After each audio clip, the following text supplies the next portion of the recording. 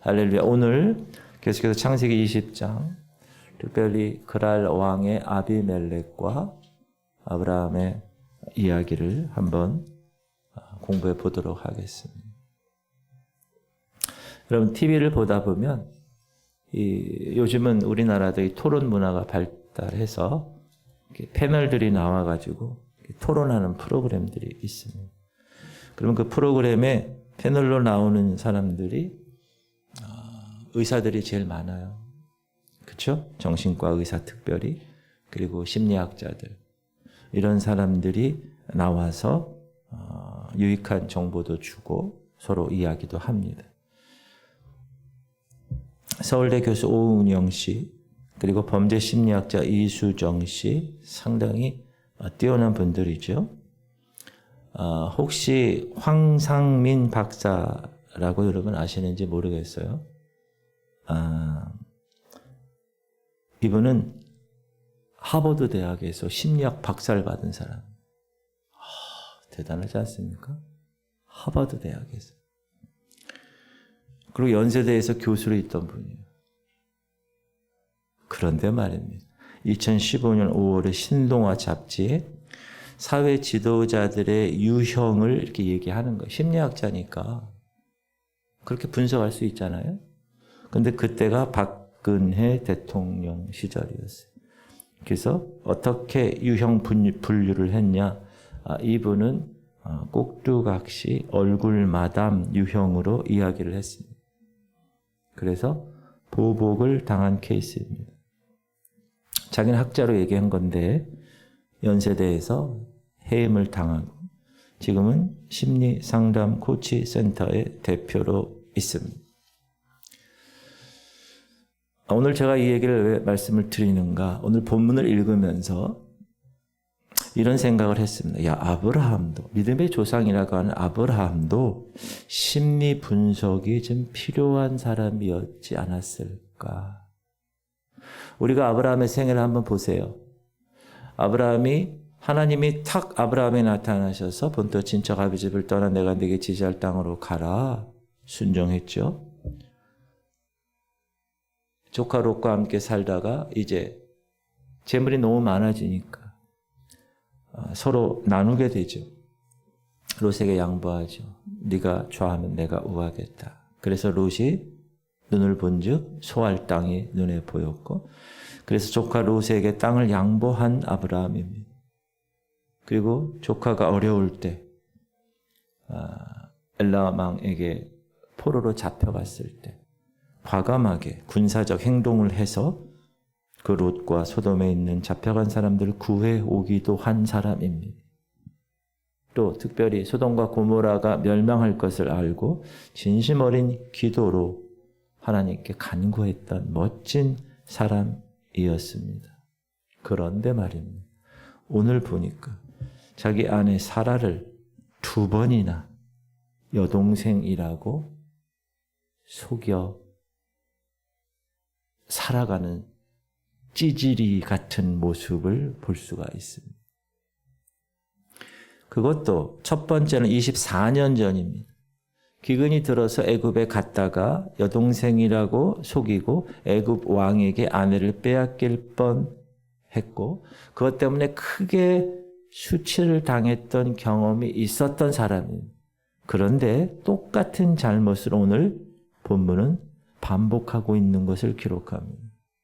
그것도 어떤 상황이냐? 지금 이 본문의 상황은 하나님이 직접 야, 내년쯤 사라가 아들을 낳을 것이야.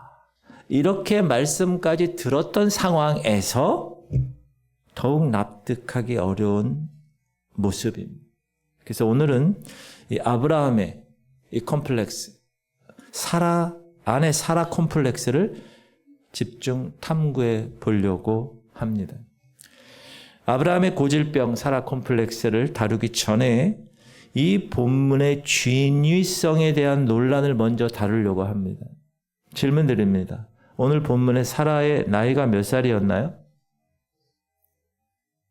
내년에 아들을 낳으니까 지금 아들을 낳기 1년 전이니까 89세죠. 그러면 그랄 왕이 이 늙은 89세 할머니를 후궁으로 삼으려 했겠냐는 것이에요. 여러분 생각은 어떠세요?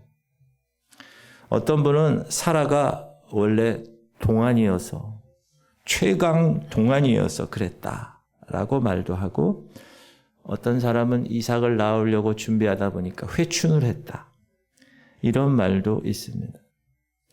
당시는 부족 사회였습니다.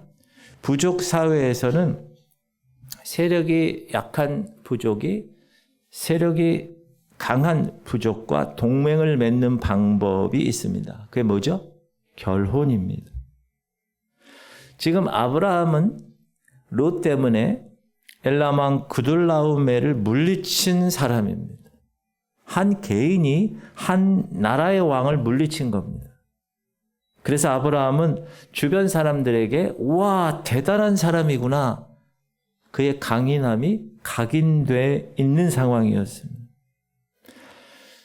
소돔과 고모라가 멸망했죠, 지난주에. 그래서 멸망하면서 거기서 분출된 가스와 재와 그 불로 탔으니까 얼마나 냄새가 났겠어요. 근데 아브라함의 직업은 목축을 하는 사람입니다. 양을 키울 수가 없어서 헤브론을 떠나서 목초제를 찾아서 오늘 본문의 그랄 땅에 갑니다. 파랗게 보이는 거와 화살표와 빨갛게 보이는데, 파란 데가 지금 살고 있는 헤브론인데 목축을 위해서 그랄 땅으로 가는 거예요. 지도를 잘 보세요. 그래서 그 아브라함의 강인함을 익히 알고 있었던 그 그랄 왕 아비멜렉은 아브라함과 어떻게 하고 싶었을까요? 동맹하고 싶었어요. 손잡고 싶었어요. 지금 미국의 대통령이 새로 당선되고 나서 트럼프, 지금 여러 가지 지금 말이 많잖아요. 이렇게 악수하는 데도 있고 거부하는 데도 있고. 이 그랄 왕이었던 아비멜렉은 아브라함과 동맹을 맺기 원했는데 결혼을 해야 되잖아요. 동맹을 하려면 그 부족 시대 때는. 아브라함에게 애가 없잖아요. 딸이 없는데 아브라함이 뭐라 하냐면 여동생이 있습니다, 그러는 거예요. 그러니까 어떻게 해요? 비록 89세 할머니지만 관습에 의해서 정략적으로 결혼을 하려고 했던 것으로 보입니다. 좀 이해가 되세요? 어떻게 89살 할머니를. 그렇다면 아브라함은 왜 아내 사라를 누이 동생이라고 했을까요? 하나님이 나를 내 아버지의 집을 떠나 두루 다니게 하실 때에 내가 아내에게 말하기를 이후로 우리의 가는 곳마다 그대는 나를 그대의 오라비라 하라. 이것이 그대가 내게 베풀 은혜라 하였었노라. 자, 지금 아브라함이 아내를 누이 동생이라고 말한 문제는 지금 그랄 땅에 와서 갑자기 된 문제가 아니라 최근에 일어난 문제가 아니라는 거예요. 따라합시다. 오랫동안 지속된 꽤 뿌리 깊은 문제입니다. 그럼 그 이유가 뭘까요? 그 이유는 낯선 곳을 갈 때마다 자기 목숨을 잃을지 모른다는 두려움이 아브라함에게 있었습니다. 특별히 아내 사라가 너무나 아름다웠다. 그러면 낯선 곳 갈 때마다 아내를 빼앗기기 쉬울 것이다. 그러면 아내를 빼앗기 위해서 나는 죽임을 당할 수가 있다, 이렇게 생각한 거예요. 질문 드리겠습니다. 여기 계신 우리 자매, 권사, 집사, 성도님들, 만약 여러분이 사라였다면 이때 너무 아름다운데 아내를 빼앗기기 위해서 남편이 여동생이라고 만약에 했다면 화를 내야 합니까? 기뻐해야 합니까? 너무 아름다워서 그렇게 했다는데 모든 것이 용서가 되나요? 우리는 아브라함에 대해서 몇 가지 추측할 수 있는 것이 있습니다.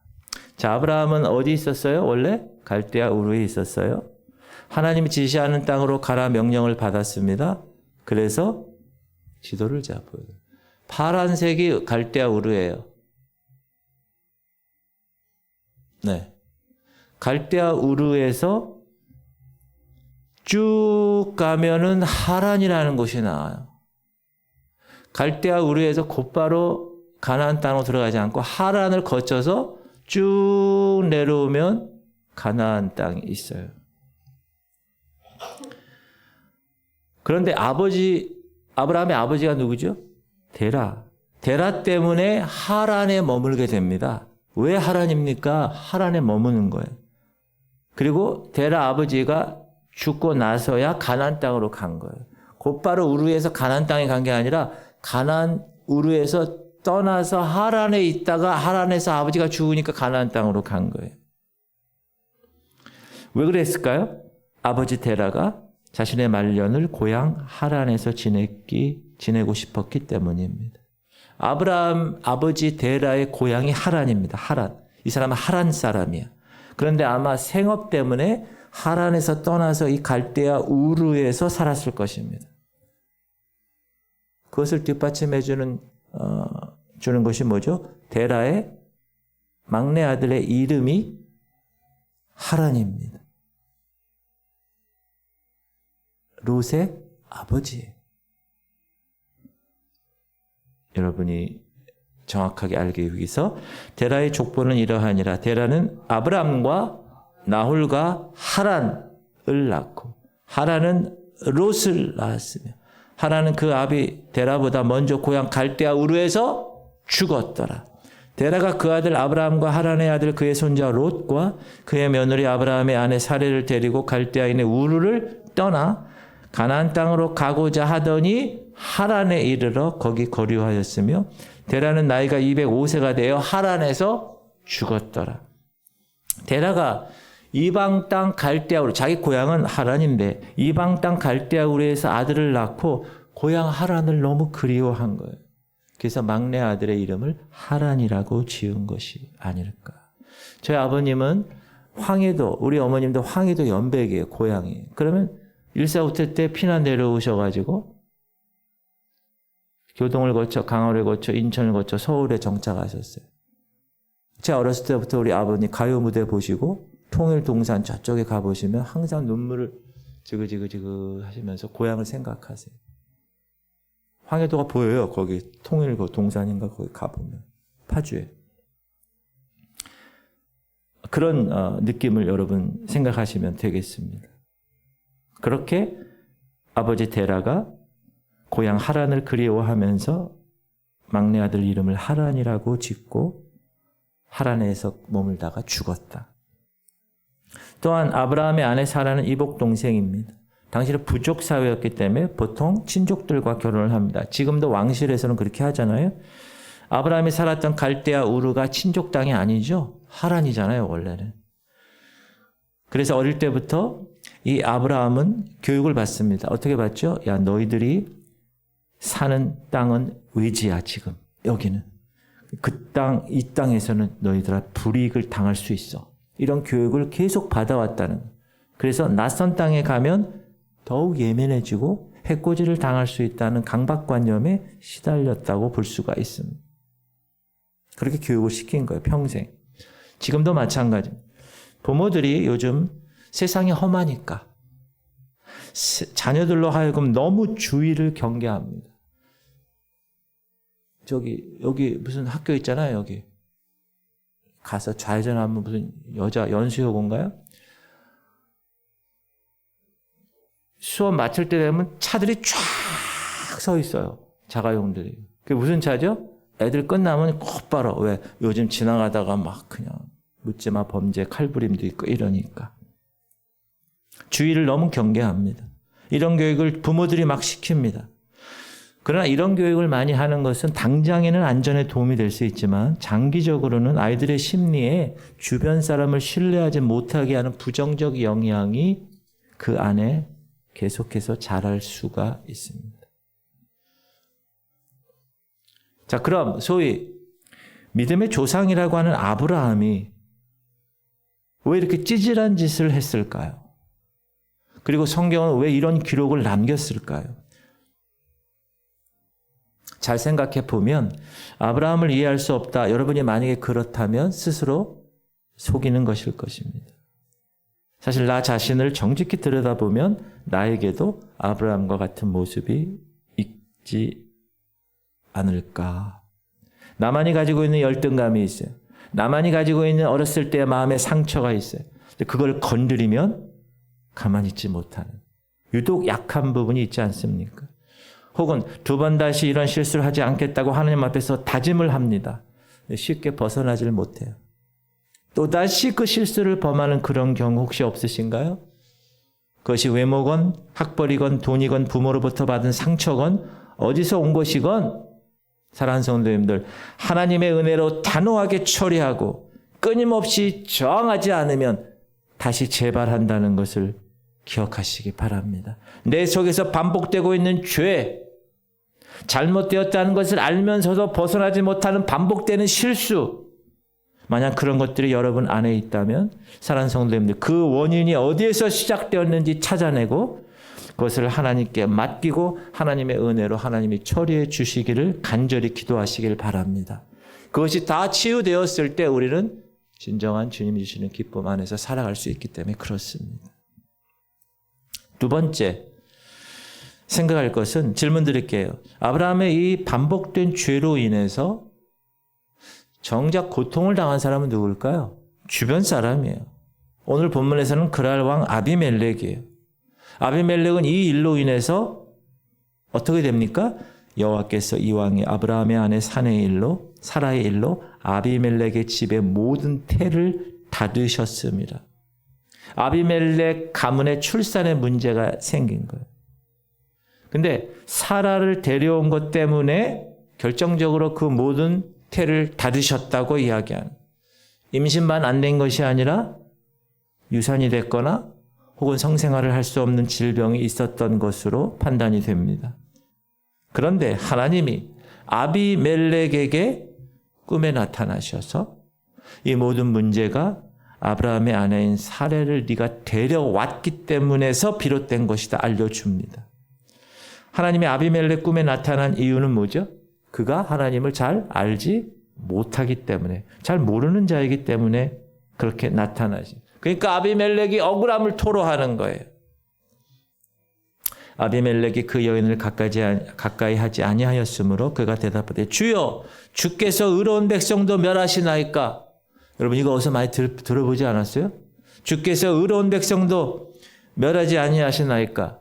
아브라함이 가까이 나아가 이르되 주께서 의인을 악인과 함께 멸하시나이까. 이게 뭐죠? 소돔 멸망할 때 하나님께 간구할 때 롯을 위해서 아브라함이 한 말이잖아요. 18장에서 아브라함이 소돔 성에 관해서 탄원하듯이 오늘 20장에서도 아비멜렉이 하나님께 탄원하고 있는 거예요. 근데 이렇게 탄원하고 있는 아비멜렉에게 하나님 뭐라고 말씀하십니까? 나도 알아. 그래서 내가 나타났잖아. 그러니 사라를 돌려보내라. 하나님이 꿈에 또 그에게 이르시되 네가 온전한 마음으로 이렇게 한 줄을 나도 알았으므로 너를 막아 내게 범죄하지 아니하게 하였나니 여인에게 가까이 하지 못하게 함이 이 때문이니라. 이제 그 사람의 아내를 돌려보내라. 그는 선지자라. 그가 너를 위하여 기도하리니 네가 살려니와 네가 돌려보내지 아니하면 너와 네게 속한 자가 다 반드시 죽을 줄 알지니. 우와, 드디어 하나님이 개입하신 것입니다. 그럼 이렇게 생각할 수 있어요. 아이고, 하나님이 지금 개입하시려면 아예 처음부터 개입하셔서 누이 동생이라고 해도 결혼 생각이 안 들도록 하시면 되지 않았을까? 아, 왜 이런 일이 일어난 다음에 하나님이 개입하실까? 그런 생각이 있을 수 있잖아요. 그럼에도 불구하고 하나님 이렇게 하신 이유는 뭐죠? 하나님께서 아브라함으로 하여금 자신의 문제, 사라 콤플렉스를 직면하게 하신 것입니다. 그리고 그걸 통해서 드러내게 하셔서 그 문제에서 벗어나도록 해결해 주시기 위해서 그렇게 하신 것입니다. 자, 아비멜렉은 이제 꿈에서 깨어났습니다. 하나님이 그렇게 얘기했으니까 아브라함을 불러서 야, 너 왜 그랬어? 추궁하게 됩니다. 아비멜렉이 아브라함을 불러 그에게 이르되 네가 어찌하여 우리에게 이렇게 하느냐? 내가 무슨 죄를 네게 범하였기에 네가 나와 내 나라가 큰 죄에 빠질 뻔하게 하였느냐? 네가 합당하지 아니한 일을 내게 행하였구나. 이렇게. 아브라함 너 때문에 내가 이렇게 큰 죄를 지어서 큰 공경에 빠질 뻔하였음을 이야기한 겁니다. 그런데 아비멜렉 입장에서는 도저히 아브라함이 이해가 가지 않았어요. 아니 왜 저 친구는 자기 아내라 하지 못했지? 아브라함의 그 사라 콤플렉스를 모르는 거예요. 무슨 꿍꿍이를 가지고 저런 거 아닐까? 뭐 트집 잡아서 저 영향력 있는 아브라함이 옛날에 엘람 왕을 쳐부셨던 그 아브라함이 혹시 나를 트집 잡아 곤경에 빠뜨리려고 한 것이 아닌가? 아비멜렉 입장에서는 이런저런 생각, 별 생각을 다 했을 거예요. 도저히 이해가 가지 않았던 겁니다. 10절 아비멜렉이 또 아브라함에게 이르되 네가 무슨 뜻으로 이렇게 하였느냐? 자 9절에도 10절에도 두 번씩이나 거듭 야 너 왜 그랬어? 11절에 아브라함이 대답하죠. 아브라함이 이르되 이곳에서는 하나님을 두려워함이 없으니 그랄 땅에는 하나님 모르니까 내 아내로 말미암아 사람들이 나를 죽일까 생각하였으며. 여러분 이 대답을 들은 아비멜렉의 표정이 어땠을까요? 얼마나 허탈했을까? 아니 겨우 저런 이유 때문에 그런 거야? 아비멜렉은 한숨과 함께 안도의 숨을 쉬었을 것입니다. 사실 아브라함의 이 발언은 아비멜렉과 그랄 백성들에 대한 명예훼손에 해당된다고 생각할 수 있습니다. 아브라함은 뭐라고 그래요? 아비멜렉과 이 그랄 백성들이 하나님을 모르는 백성이니까 대화가 되지 않을 거예요. 미리 판단한 거예요. 그래서 아비멜렉이 폭력과 불법 강탈을 일삼을 거라고 생각한 겁니다. 근데 아비멜렉이 실제 그런 사람이었나요? 아니요. 꿈에 나타난 하나님을 두려워한 사람이에요. 하나님을 두려워하지 않으면 꿈에 나타나도 순종하지 않을 거예요. 그리고 얘기를 해보니까 이야기가 되는 사람이에요. 아비멜렉이 또 예의도 있어요. 분별력도 있어요. 또 아브라함에게 시민권도 주었어요. 그걸 보니까 아브라함이 내가 아비멜렉 왕을 오해했구나. 혹시 저 아비멜렉이 나쁜 사람일 수 있지 않느냐 생각했던 것에 대해서 오해했다. 이렇게 생각을 하게 됩니다. 사랑하는 성도님들, 그러나 아비멜렉이 자기와 자기 아내를 해코지 한다 할지라도 하나님이 분명히 내년에 사라를 통해서 아들을 주시겠다고 약속했으면 지금 그랄 땅에 와서 상황이 좋지 않아도 하나님의 개입을 믿고 따라합시다. 아브라함은 아내를 지켰어야 했습니다. 여기 남자 결혼하신 분이 저와 유 집사님밖에 없는. 아내를 지켰어야 하는 거예요. 시작. 너를 축복하는 자에게는 내가 복을 내리고 너를 저주하는 자에게는 내가 저주하니 땅의 모든 족속이 너로 말미암아 복을 얻을 것이라. 이게 아브라함에게 주신 말씀이에요. 모든 족속으로 하여금 복을 받게 하는 사명을 아브라함은 받고 태어난 거예요. 태어난 게 아니라 아브라함이 그렇게 하나님을 그렇게 하신 거잖아요. 그럼에도 불구하고 아브라함은 복의 메신저, 축복의 전달자라는 자신의 존귀함을 잊어버린 거예요. 그랄 땅에 가서도 나로 인하여 이 그랄 백성들이 복을 받을 것이야. 이렇게 생각했어야 되는데. 그래 아내를 끝까지 지켰어야 되는데. 자신의 생존을 위한 몸부림 때문에 다른 사람들을 다 불행으로 몰아간 실수를 이 아브라함이 저지른 것입니다. 그런데 말입니다. 우리 그리스도인들에게서도 아브라함과 같은 모습을 자주 발견하게 됩니다. 성도로서 그리스도인으로서 이 세속에 물들지 않게 자신을 거룩하게 지키겠다. 그 마음이 너무 강해서 믿지 않는 사람들을 대할 때 멀리하고 믿지 않는 사람들을 무시하는 경향까지 있을 수 있다는 거예요. 사랑하는 성도님들, 지나친 경계는 상대방을 불쾌하게 합니다. 알릴 것을 숨겨, 숨길 것을 막 알려, 이건 관계를 깨뜨리는 것입니다. 단지 그들이 예수 믿지 않는다는 이유만으로 그들을 죄인 취급하고 업신여기는 것은 우리 그리스도인들의 옹졸함이고 횡포입니다. 사실 그 이면에는 무슨 마음이 있는 거예요? 세상에 대한 두려움이 있는 거예요. 하나님은 세상에 대해서 두려워하지 말고 세상을 다스리고 정복하며 너를 통해 세상이 복을 받을 것이라고 우리 그리스도인들 성도들에게 축복하셨는데 그렇게 생활을 못한다는 거. 지금 우리도 아브라함과 똑같이. 사랑하는 성도님들, 믿지 않는 사람들 중에서도 분별력이 있고 삶을 가치 있게 살려는 사람들이 많이 있습니다. 그래서 우리는 그들을 더욱 그 상황보다 더 복된 신앙의 길로 인도해야 할 책임이 있는 사람들입니다. 그러므로 우리의 존귀함과 여러분의 사명 절대 잊지 마시고 세상을 저항하는 것이 아니라 세상을 축복하는 삶을 사시기를 바랍니다. 그랄 왕이 자기를 해코지할 것을 두려워해서 자기 아내를 누이 동생이라고 이야기하는 아브라함 같은 삶이 아니라 세상에서도 하나님의 자녀로 자녀된 권세를 가지고 세상을 정복하며 다스리며 그들을 변화시키고 나를 통해서 세상에 복을 받는 보디발 장군 집에 요셉이 있으므로 보디발 장군은 하나님을 알지 못했지만 복을 받은 것처럼 그런 존귀한 사명의 감당 주인공이 되시기를 주님의 이름으로 축복합니다. 세 번째 생각할 것은 이 아브라함의 이 자신의 콤플렉스 때문에 세상을 축복하기보다는 그랄 왕 앞에 가서 공경에 빠뜨리고 아비멜렉에게 웃음거리가 될 뻔했는데 그런데 아브라함이 왜 그렇게 했는지 이유를 듣고 나서는 이해를 한 거예요. 어떻게 행동했죠? 시작.